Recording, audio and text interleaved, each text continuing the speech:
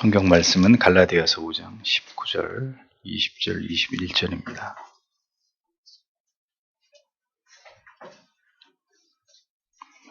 갈라디아서 5장 19절에서 21절 같이 읽겠습니다. 육체의 일은 현저하니 곧 음행과 더러운 것과 후색과 우상 숭배와 술수와 원수를 맺는 것과 분쟁과 시기와 분냄과 당짓는 것과 불리함과 이단과 투기와 술 취함과 방탕함과 또 그와 같은 것들이라. 전에 너희에게 경계한 것 같이 경계하노니 이런 일을 하는 자들은 하나님의 나라를 유업으로 받지 못할 것이요. 아멘. 도르트 신조 17번째 시간이고요. 16장인데 다른 번역으로 제가 읽어드리겠습니다. 좀 더 이해가 수월한 다른 번역으로 읽어드릴 테니까 이 내용하고 비교해서 한번 보십시오. 자신 안에 그리스도를 향한 살아있는 믿음과 확신, 양심의 평안과 순종에 대한 열심이 없거나 하나님께 영광 돌리는 삶을 살지 않고 있다면 이러한 것이 우리 안에 일어나도록 하나님께서 약속하신 은혜의 수단을 사용해야 한다. 그리고 유기교리가 언급될 때 경고로 생각하지 말아야 하며 자신을 유기된 자 가운데 있는 것으로 간주해서는 안 된다. 오히려 은혜의 수단을 부지런히 사용하면서 보다 풍성한 은혜의 때를 간절히 소망하고 인내하며 그것을 경외함과 겸손함으로 기다려야 한다. 한편으로 하나님께 돌아가기를 간절히 원하고 오직 하나님 한 분만을 기쁘시게 하기를 바라며 사망의 몸으로부터 건짐받기를 원해야 한다. 원함에도 불구하고 아직 믿음의 길 가운데서 진보를 못 이루는 자는 유기교리의 가르침에 대해 필요 이상의 과도하게 두려워하거나 염려하는 마음을 가져서는 안 된다. 왜냐하면 우리의 자비로우신 하나님께서는 꺼져가는 심지를 끄지 않으시며 상한 갈대를 꺾지 않으시겠다고 약속하셨기 때문이다. 그러나 하나님과 그리스도를 잊어버리고 자신을 세상의 염려와 육신의 즐거움에 전적으로 내던진 자는 하나님께 진정으로 돌아가지 않는 한 유기교리의 가르침 앞에 두려움으로 서야 한다. 이렇게 되어 있습니다. 택자들을 향한 하나님의 구속의 역사가 실제로 적용될 때 어떤 영혼이든 그가 어떤 죄 가운데 살았던 자이든 그는 회심을 통해서 중생과 구원의 놀라운 역사를 체험하게 됩니다. 이 일을 영혼 가운데 이루시는 이가 누구예요? 성령 하나님이십니다. 성령께서는 우리가 결코 알지 못하는 때에 죄인들의 심령에 역사하심으로 자신이 죄인이라는 것을 통렬하게 깨닫게 하시고 이내 예수 그리스도만이 나의 구주가 되심을 믿어지게 하시는 놀라운 역사를 영혼 가운데서 행하십니다. 그렇게 예수 그리스도가 나의 구주이심을 깨닫게 되고 이제는 영원히 그리스도와 그분께서 가르치신 진리의 복음의 가치를 영원히 버리지 않기를 결단하고 서원하게 되는 것이 바로 믿음을 갖게 된 자 안에서 일어나는 근본적인 변화가 되는 것입니다. 이후 이제 회심을 통해서 거듭난 성도는 그리스도 안에서 지속적인 은혜의 방편을 통해서 구원의 확신으로 나아가게 되는 것이고 그 믿음이 자라게 되는 변화를 경험하여 나아가게 되는 것입니다. 그 믿음의 방편이라는 게 뭐예요? 말씀, 성례, 기도 이런 것들이죠. 진리의 말씀을 듣고 그 말씀을 통해서 날마다 죄로 가득한 이 자아가 부서지고 무너지고 파괴될수록 더 하나님의 은혜가 강렬하게 임하면서 그렇게 죄의 모든 정체들이 탄로나고 인간의 전적인 무능과 부패에 대해서 적나라하게 우리가 진리의 빛 안에서 깨달음을 얻게 될수록 그 영혼은 자신에게는 아무런 소망이 없다는 사실을 정확하게 발견하게 되는 것입니다.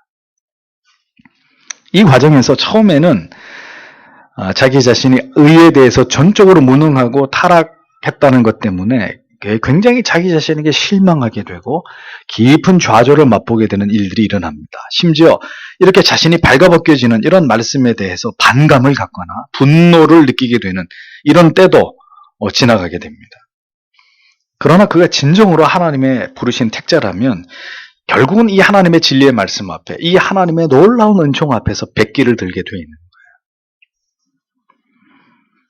자신의 전적인 타락의 현 주소와 의를 향한 전적 무능의 그 실존을 인정하면서 오직 예수 그리스도의 은혜가 아니면 절대로 자신의 구원은 불가능하다라는 것에 대해서 아무런 이견이 없어지고 지극히 낮아지고 겸비한 상태에 이르게 되는 것입니다. 그것을 팔복에서 심령이 가난한 자는 복이 있나니 이렇게 얘기하는 겁니다. 주님께서. 그런데 문제는 이러한 과정이 누구에게나 원활하게 진행되고 순리적으로 발전되는 것이 아니라는 점입니다.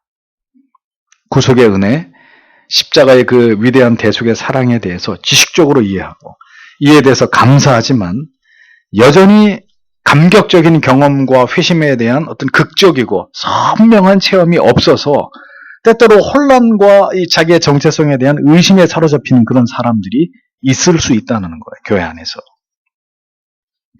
그러하기 때문에 먼저는 구원이란 무엇인지에 대한 정교한 가르침이 처음에 신앙을 시작하게 된 사람들에게 필요하다는 겁니다. 체험이 아니라 지식이. 구원이 뭔지에 대해서. 그래서 여러분들에게 늘 자주 드리는 말씀이 뭡니까? 예수를 믿으면 세 가지에 대해서 분명하게 알아야 된다. 첫째는 하나님에 대해서 알아야 된다. 그 다음에 하나님의 아들에 대해서 알아야 된다. 물론 성령에 대해서도 알아야 되겠지만 성부와 성자를 그 다음에 인간이 어떤 존재인지를 알아야 된다.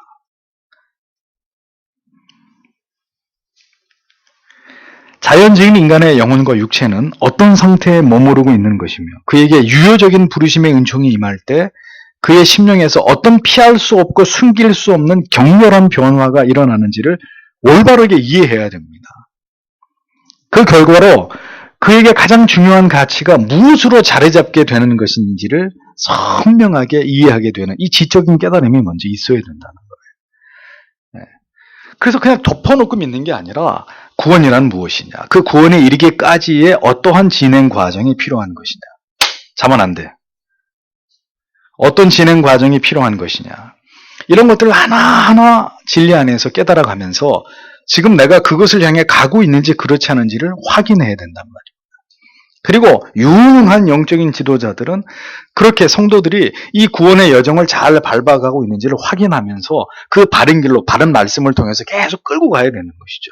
물론 이 모든 게 성령이 하시는 일입니다. 자, 그런데 여기까지 구원의 경로를 상세하게 이해하게 되었다고 해서 그럼 구원을 얻은 것이냐? 그건 또 아니란 말입니다. 자신의 비참한 처지를 통렬하게 깨달아서 구원의 필요성을 깨닫게 되었다면 이제 회심과 중생을 위한 간절한 소망을 가지고 하나님의 은혜를 간절히 바라는 마음이 필요합니다. 예, 그래서 여러분들에게 자주 드린 말씀이 뭐예요? 그냥 요행수를 바라듯이 뭐 이렇게 열심히 그냥 교회 계속 나오면은 어떻게 되겠지. 그런 마음으로는 곤란하다는 거예요. 간절한 소망을 가지고 하나님의 은혜를 갈구하는 마음이 필요하다. 이런 일들이 순리적으로 한 사람의 영혼 가운데 일어나게 될 때 그가 지금 부르심 가운데 있는 사람이라고 교리적으로 진단할 수 있는 거예요. 아, 이 사람은 지금 부르심 가운데 있는 사람이다. 구원의 유의적 부르심이 진행되고 있고 그 구원의 예배적 단계에 들어가 있는 사람이다. 라는 평가가 가능해지는 것입니다. 문제는 이러한 선택과 유효적인 부르심 속에 있을 때 때때로 신자는 자신에게 이러한 어떤 분명한 변화와 체험이 일어나지 않았다는 사실로 인해서 때때로 나는 유기된 자가 아니냐 이런 심각한 두려움과 의심과 근심에 사로잡힐 수가 있다는 점입니다. 그러므로 신조는 이렇게 설명합니다. 이 유기의 교리는 아직 구원의 은총을 경험하지 못한 자에게 결코 실망과 두려움을 안겨주고자 하는 이유 때문에 존재하는 것이 아니다. 이렇게 단언합니다. 오히려 그와는 반대로 구원을 사모하고 더 찾고 더 구하게 하기 위한 강력한 동기를 부여하는 그 방향으로 이끌기 위함이다. 이렇게 설명을 합니다. 또한 이미 구원을 받고 회심을 경험한 그리스도인이라 할지라도 자기의 삶을 객관적으로 파악할 때 신조가 설명하는 바대로 그리스도 안에서 산 믿음을 확신을 가지고 화평한 마음과 충성스러운 순종을 따라서 부지런히 노력하면서 그리스도를 통해서 하나님께 영광을 돌리는 일에 여전히 부족한 자기 자신의 모습을 이렇게 확인하게 하기 위해서 하나님이 이러한 유기의 교리를 통해서 우리에게 깨달음을 준다 이렇게 얘기하는 겁니다. 그러므로 신자는 혹은 구원의 예비 은총 가운데 있는 자는 스스로 유기된 자일 수 있다는 이런 불안과 두려움에 휩싸여서 그것 때문에 염려하고 근심하기보다는 어떻게 해야 돼요? 인내심을 가지고 은혜의 방편들을 더 추구하면서 하나님의 풍성한 은혜를 기다리는 겸비한 마음을 지속시켜 가야 된다고 권하는 것입니다. 그러니까 구원의 예배적 단계를 할지라도 아직 그 사람이 구원을 받지 못했다 할지라도 하나님의 은혜가 미치지 않은 영혼에게 구원의 예배적 단계를 향해서 나아갈 수 있는 힘이 생겨나느냐? 그럴 수 없다는 거예요. 그러니까 그것까지도 지금 하나님이 그를 구원으로 이끄시기 위한 과정 속에 그를 두었기 때문에 그가 진리에 대해서 반응하고 있고 그것을 향해서 가려고 하고 있고 그러는 가운데서 이제 이런 어떤 혼란이나 괴로움도 겪게 되는 것이지만 그것이 다 구원 안에 있기 때문에 구원에까지 나아가는데 반드시 필요한 지나가야 될 과정이기 때문에 그런 일들이 벌어진다. 그렇게 이해해야 된다고 얘기하는 거죠. 이미 신조는 이러한 인간의 연약을 간파하고 유교의 교리에 대한 필요 이상의 두려움이나 신앙이 어떤 독이 되는지를 알아서 이것이 이 점을 이제 설명하고 있는 것을 보여주는 겁니다. 비록 거듭난 사람이라 하더라도 인간이 가지고 있는 죄성과 이 거듭 죄를 범하는 어리석은 어떤 그런 어떤 습성으로 인해서 신자가 거룩함과 온전한 신앙에 이르기 어려움을 깨닫게 될 때 자칫 유기에 대한 교리는 신자로 하여금 불필요한 공포와 좌절과 두려움을 가져올 수 있다는 점을 짚어주는 거예요. 그래서 그쪽으로 가면 안 된다 이렇게 얘기하는 거죠. 여러분 그 철로 역정을 공부하시는 분들은 보십시오. 이 신앙의 고백을 가지고 믿음을 지녔던 자가 어떻게 배도하게 되잖아요. 그러면 어떻게 된다고 얘기해요? 히브리서의 말씀처럼 돌이켜서 회개할 길이 없고 철로 역정에 보면 7 귀신에게 7 가닥에 줄에 묶여가지고 끌려가는 배도자를 보게 되죠. 등 뒤에 배도한 자라고 써 있잖아요.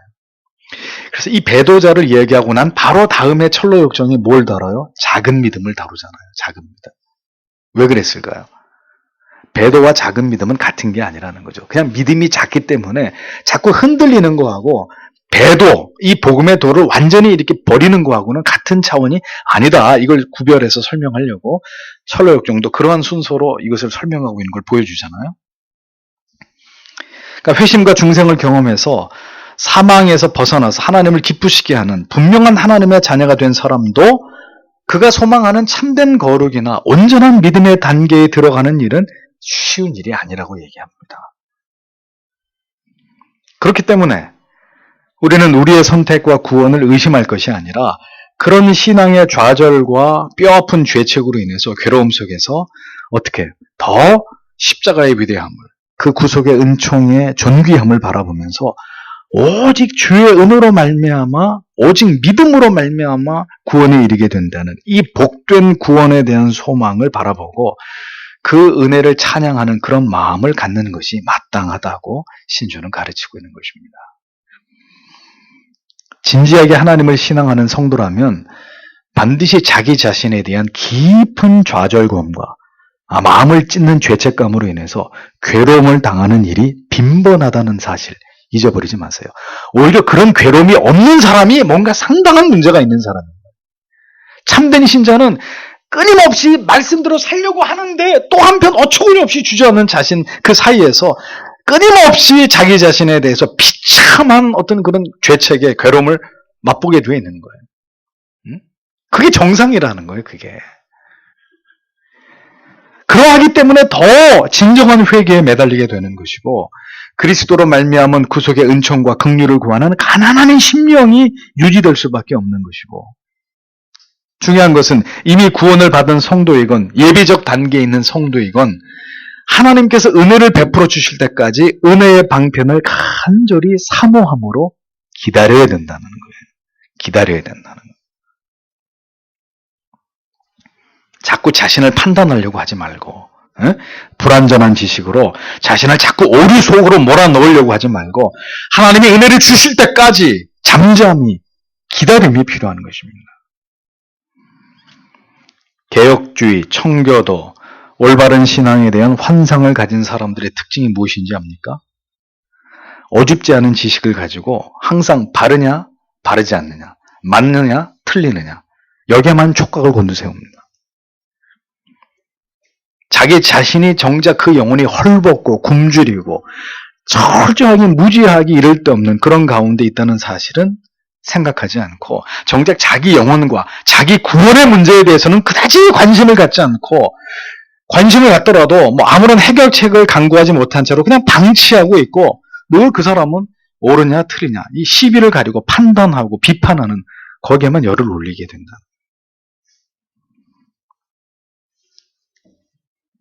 그런 분들에게 묻고 싶은 건 뭐예요? 바르면 어떻고 안 바르면 어떻게 할 건데 그러면? 네. 그게 뭐가 지금 당신한테 중요하냐 이거죠. 당신 자신의 영혼은 참된 구원에 대해서 예수 그리스도의 십자가에 대해서 있다 있지 않으면서 그 개혁주의를 하면 뭐하고 개혁주의를 안 하면 뭐 할 거냐 이겁니다. 그게 뭐가 중요하냐 이거죠. 개혁주의든 아니든 분명히 여러분들이 잊지 말아야 될 것은 모든 교회는 성도의 신앙, 성도의 믿음이 무엇을 지향하게 해야 됩니까? 예수 그리스도의 십자가를 바라보게 만들어야 돼요.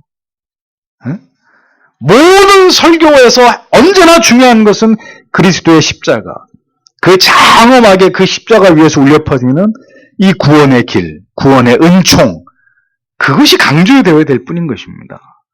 그게 있고 그 다음에 분별을 하고 옳고 그런 것들을 이야기해야지. 예수도 만나지 않은 사람한테 옳고 그런 거 가르쳐주면 그 영혼이 어떻게 되겠어요? 그러므로 성도 여러분, 늘 목사가 강조하는 것이 무엇입니까? 예수 그리스도에게 집중해라. 그 십자가를 경험하는 것에 모든 초점을 거기다 맞추어라. 판단은 그 다음이라. 옳고 그르고의 문제는 그 다음의 문제다. 다음의 문제. 문제는 언제나 당신이 진정한 그리스도인이냐 그렇지 않느냐 거기에 있다는 것입니다. 이 문제를 놓고 집요하게 하나님께 간구하고 은혜를 주시기를 사모하면서 은혜의 방편들을 갈망하는 노력이 반드시 필요하다고 신조는 우리에게 가르치고 있습니다. 겸손하게 주의 긍휼과 자비를 구하면서 주인에게 은혜 베푸심을 바랄 때 하나님께서는 반드시 그러한 자에게 구원의 은총을 허락해 주시는 하나님이시다라고 말하고 있는 것입니다. 문제는 이러한 간절한 마음은 가난한 심령에서 비롯되거든요. 구원으로 인도함을 받는 자들의 마음이 이렇게 가난해지고 자기의 영적인 실존의 비참한 마음을 발견하게 돼야 이게 구원의 제 코스를 밟게 되는데 보통 자연인들은 그러한 마음을 갖지 않죠. 그래서 하나님께서 그를 구원으로 부르실 때에 그의 인생 가운데 개입하시고 간섭하셔서 나타내시는 방식이 뭐예요? 고난을 주는 거죠. 그러하게 구원으로 이끄는 영혼에 대해서 또 더 깊은 신앙의 단계로 들어가는 자들에 한해서 또 바른 믿음으로 그 신앙의 교정이 일어나는 사람들에게는 반드시 어떤 일들이 따라와요? 고난이 따라오는 거예요. 그래서 그 영혼이 진지해지도록 하나님과 1대1의 관계 속에서 정말 하나님을 바라보고 하나님으로 만족하고 하나님의 살아계심을 그분이 나와 함께 하심을 뼛속 깊이 경험하게 하시는 이런 하나님의 특별 훈련이 그에게 시행되는 것입니다. 인생의 무력함을 처절하게 경험하게 하시고 그래서 그 영혼을 낮추는 이런 일들을 구원으로 부르신 자들의 영혼 안에서 행하시는 것입니다. 영적인 진보와 근본적인 영혼의 변화가 일어나지 않는 경우는 두 가지의 경우로 대략적으로 설명할 수 있습니다. 먼저는 아직 그의 영혼이 회심을 경험하지 않은 경우입니다. 이 경우는 성령의 역사하심으로 말씀이 부분적으로 이해가 돼요. 지식적으로만 오는 거예요. 또 때때로 죄의 책망을 받기도 합니다. 그런데도 아직 회심에는 이르지 못한 상태입니다. 이러한 상태가 바로 오늘 여기서도 얘기하는 상한 갈대 그리고 꺼져가는 심재와 같은 그런 상태를 의미하는 것이라는 겁니다.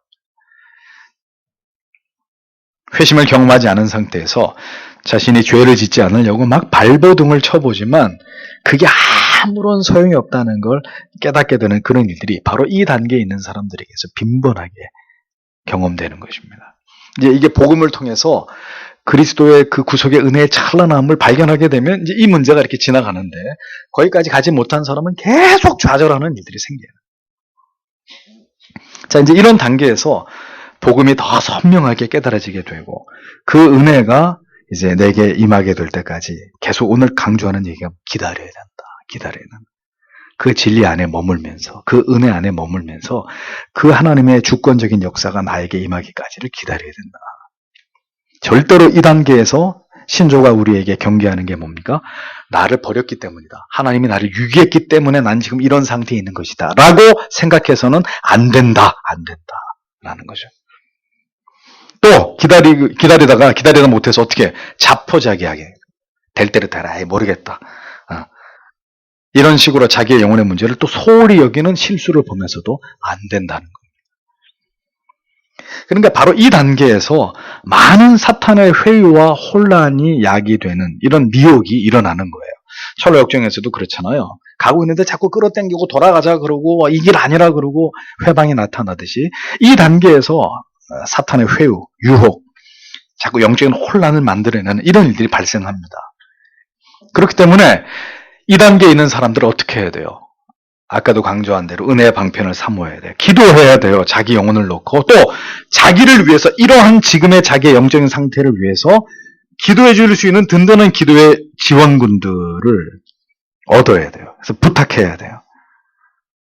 진리 안에서 진정한 회심을 경험하기까지 은혜의 방편 안에 머무르고 신실한 믿음의 사람들에게 말씀과 기도를 부탁하고 그래서 복음의 빛 안에 있기 위해서 부단히 하나님의 주권을 의지하면서 인내해야 되는 것입니다. 자, 이제 또 다른 경우는 이미 회심을 하였지만 그 이상의 신앙의 진보가 일어나지 못함으로 인해서 신앙이 답보되어 있는 상태를 말합니다. 아직 지지부진하는 거예요. 이러한 상태에서도 역시 내 안에는 내 자신의 신앙을 더 증가시킬 수 있는 아무런 능력이 없다는 걸 인정해야 돼요.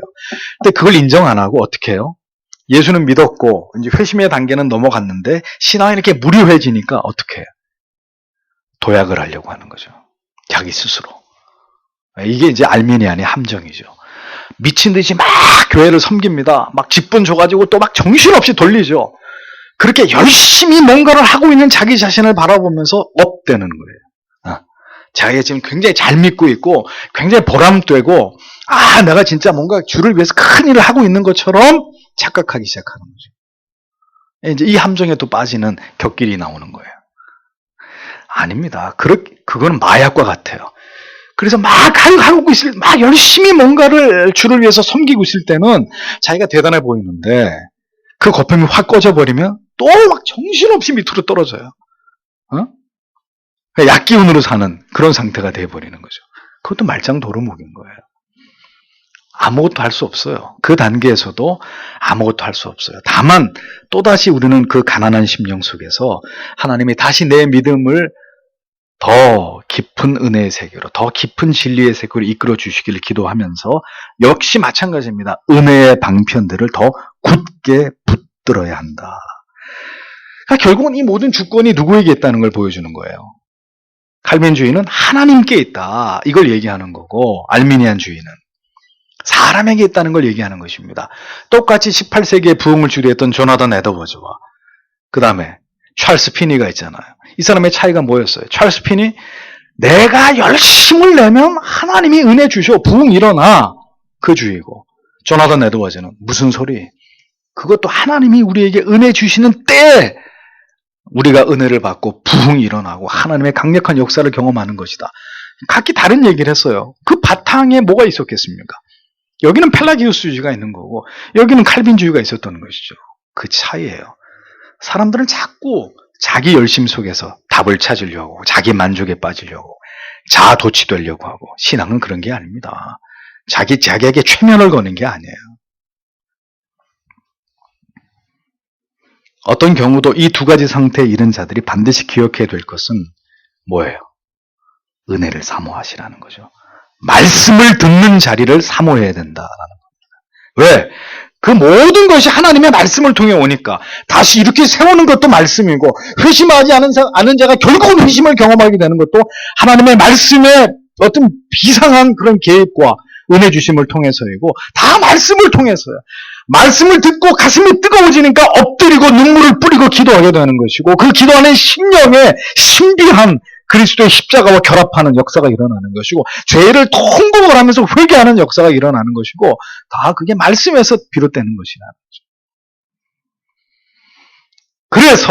그래서 여러분 주일이든 수요일이든 금요일이든 말씀을 사모하고 가까이 할 수 있는 모든 방편들을 굳게 붙들고 주의 은혜 주심을 사모해야 된다는 것입니다. 뭐라고 하셨습니까? 마지막 때가 다가올수록 모이기에 힘쓰라고 하지 않았습니까? 어디서든지 말씀을 듣고 그 말씀을 곱씹어서 깨닫고 소화하려고 하고 그 말씀으로 내 가슴이 뜨거워지게 하려고 하는 그런 노력들을 성도는 일상에서 그것이 우리가 하루 3끼 밥을 먹는 것처럼 그것이 아주 보편적이어야 된다는 거죠. 무료한 시간이 계속되고 있는 이유가 무엇입니까? 아무런 변화가 없는 신앙의 권태와 실증이 계속되는 이유가 무엇 때문입니까? 이 사람들은 구원을 받은 사람들인데 왜 지금 더 올라가지도 않고 더 올라가지 않으면 내려가는 것인데 왜 점점 지금 내려가고 있느냐? 절박하게 자신의 이러한 영적 상태에 대해서 심각하게 여기지 않기 때문입니다. 생각해 보세요. 몸이 아픈데 견디고 참다가 결국은 더 이상 고통을 이기지 못할 때 어떻게 하십니까? 병원에 가잖아요. 열리를 제쳐두고 병원에 도저히 이제 못 참겠는 거죠. 그럼 병원에 가시잖아요. 영혼의 심각한 고뇌와 괴로움과 타는 목마름과 갈등 가운데 있는 사람은 지금 다른 게 중요하지 않아요. 다른 게 중요하지 않다고요. 어떻게든 하나님 앞에 그걸 가지고 나가서 해결을 받고 싶어 하게 돼 있습니다. 제가 만난 많은 사람들이 자기의 영적인 침체의 문제로 힘들다고 이야기하는 그런 얘기들을 많이 들어봤습니다. 그런데 안타까운 것은 그런 말들이 좀처럼 목사에게 그대로 전해지지 않는다는 거예요. 말은 그렇게 힘듭니다. 죽겠습니다. 못 살겠습니다. 그런데 자신의 그런 상황에서 자기의 영적인 부흥을 위해서 그 가슴이 하나님의 은혜로 뜨거워지는 일을 위해서는 어떤 결정도 내리지 않고 여전히 이전의 삶에 답습하고 있는 이런 모습들을 보여주기 때문이에요. 정말 죽을 것 같으면 병원에 간다고 말씀드렸잖아요. 119 불러달라고 하듯이 정말 죽을 것 같으면 하나님 살려달라고 식음을 전폐하고라도 하나님 살려달라고 기도할 텐데 하나님 찾을 텐데 그렇게 안 하거든요. 그렇게 하는 사람은 정말 많지 않거든요.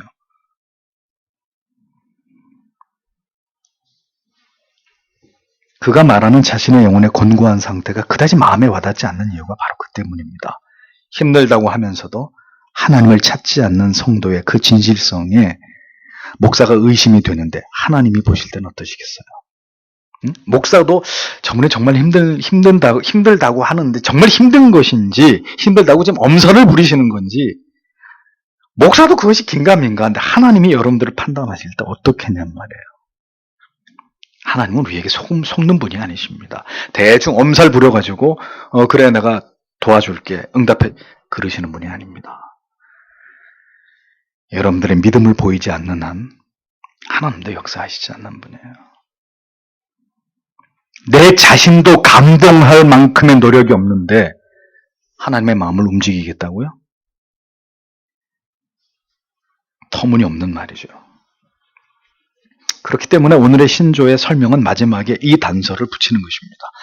함부로 자신이 유기된 자로 여기는 것은 분명히 잘못이라고 말하면서도 자기 자신이 분명히 그리스도인이라고 여기면서 하나님을 잊어버리고 세상을 가까이하고 하나님의 뜻을 거스리고 자신이 지금 불순종하고 있다는 것을 알면서도 전혀 이에 돌이키지 않는 사람들, 그 사람들은 나는 유기되지 않았을 거야. 나는 하나님의 자녀가 맞을 거야. 라고 생각해야 되는 거기에 해당 사항이 없다는 거예요. 그 사람에게만큼은 이 유기의 교리가 강력한 경고의 기능을 하게 될 것이라고 신조가 설명하는 것입니다.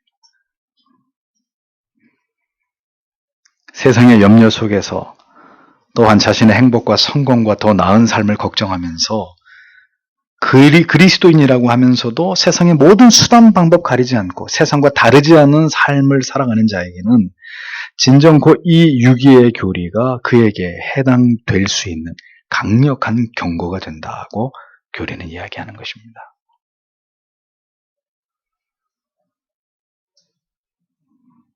그렇게 하나님의 말씀에 불순종하고 세상에서 자신을 위해서 살아가고 그리스도의 이름을 욕되게 하는 자는 결국 타락의 길을 가게 될 것이고 배도의 자리로 내려가게 되고 결국 유기된 자의 자리로 그 영원한 지옥의 형벌의 자리로 내려갈 수도 있다는 이야기를 신조는 오늘 마지막에서 강력하게 경고하고 있는 것입니다. 제 경험적으로 말씀드릴 때 이런 말씀을 드려도 세상으로 흘러가 버린다면 그는 처음부터 구원의 은혜가 없던 자였다는 것이 드러나는 것이고 결국 유기된 자라는 걸 스스로 자증하는 결과를 낳게 되는 것입니다. 그런 자들의 특징은 철저하게 이중적이라는 거예요. 이중적. 믿음을 말하면서도 가장 거룩한 주제를 말하면서도 또 다른 면으로는 탐욕, 음란, 호색, 우상숭배, 술수, 원수매짐, 분쟁, 시기, 분냄, 당짓고 이단, 투기, 술취함, 방탕 여기서 전혀 벗어나지 않는 그런 삶을 살아가고 있는 이중성이 나타난다는 거죠. 그래서 예수님이 말씀하셨어요. 그 열매로 그 나무를 증명하는 것이다. 거짓된 나무는 거짓된 열매를 맺고 참된 나무는 참된 열매를 맺는다 하신 말씀이 여기에 해당이 되는 것입니다. 가장 위험한 것은 목사가 하나님의 말씀을 따라서 그것은 분명히 죄입니다 라고 말하고 그것에서 돌이키십시오 라고 하는데도 됐습니다. 저는 계속 이 길로 가겠습니다 하는 경우입니다. 주의를 온전히 지키라고 하는데도 여전히 주일 예배보다 다른 가치를 더 우선시하고 온전한 예배를 드리지 않고 세속에 죄악된 것들을 미워하고 버리라고 하는데도 계속 그것을 취하고 그것의 재미와 쾌락을 즐기고 있는 이런 이중성.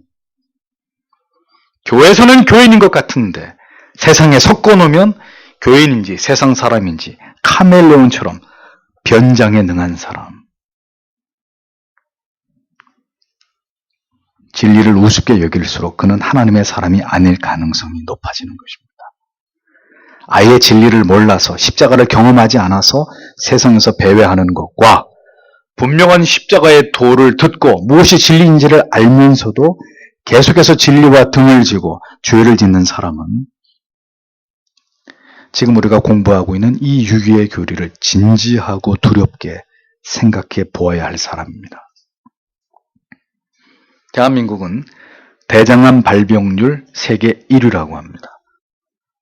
원인은 과도한 육류 섭취, 흡연, 음주, 오래 앉아있는 것, 복부 비만, 내장 비만, 자 이런 것들이 대장암의 직접적인 원인이랍니다. 그러니까 지금 여기에 해당되는 사람들을 뭐라고 부르느냐? 고위험군이다 이렇게 얘기합니다.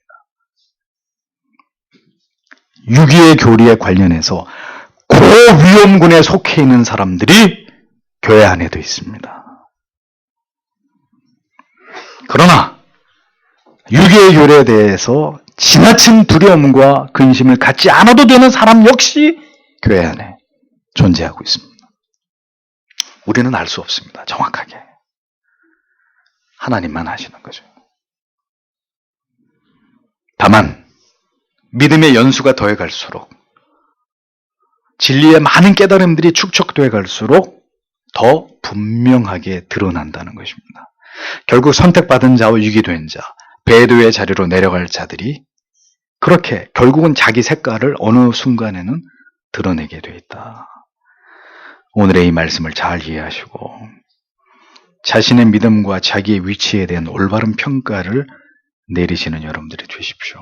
그러나 오늘의 이 신조의 가르침의 주제는 유기된 자가 아닌데도 과도하게 자기는 유기됐다고 생각하는 어리석음 속에서 과도한 두려움과 공포를 가지고 그렇게 두려워하는 것은 하나님의 뜻이 아니다라는 것에 더 무게중심이 많이 실려 있다라는 것을 염두하시면서 여러분들의 신앙에 적용하시고 하나님의 은혜를 구하시는 여러분들이 되시기